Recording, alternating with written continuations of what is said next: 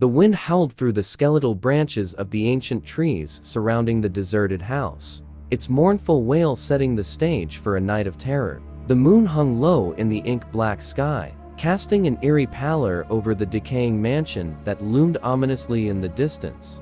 This was the notorious Blackwood Manor, a place where unspeakable horrors had unfolded, and no one dared venture near after dark. On this chilling evening, a group of unsuspecting thrill-seekers had gathered outside the mansion. Sarah, a fearless skeptic, had convinced her friends to spend the night inside the infamous haunted house, determined to prove that the stories were nothing more than urban legends. With flashlights in hand and nervous laughter on their lips, they crossed the threshold of Blackwood Manor. The moment they stepped inside, a suffocating sense of dread descended upon them. The air was thick with an acrid stench, a mixture of rot and something far more sinister. The wooden floorboards creaked beneath their feet, as though the house itself were whispering secrets long buried.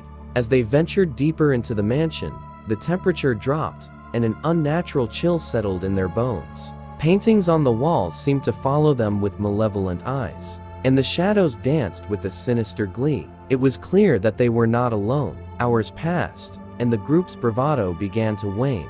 Sarah tried to maintain her composure, but the unsettling ambience of Blackwood Manor was proving to be too much even for her. She glanced at her friends, each one's face a mask of terror. The laughter had given way to hushed whispers and frantic breathing. They reached the grand staircase, its ornate banister spiraling upwards into darkness. Sarah took a deep breath and declared, "We came here to prove that this place isn't haunted, and that's exactly what we're going to do. Let's split up and explore different parts of the house. If we don't find anything by morning, we can finally put these ridiculous stories to rest." Reluctantly, they agreed, each heading in a different direction. Sarah ascended the grand staircase, her flashlight trembling in her hand. She chose the corridor to her right, its walls adorned with portraits of grim-faced ancestors who seemed to stare disapprovingly at her. As Sarah explored the room, she heard faint whispers, like a chorus of anguished souls begging for release.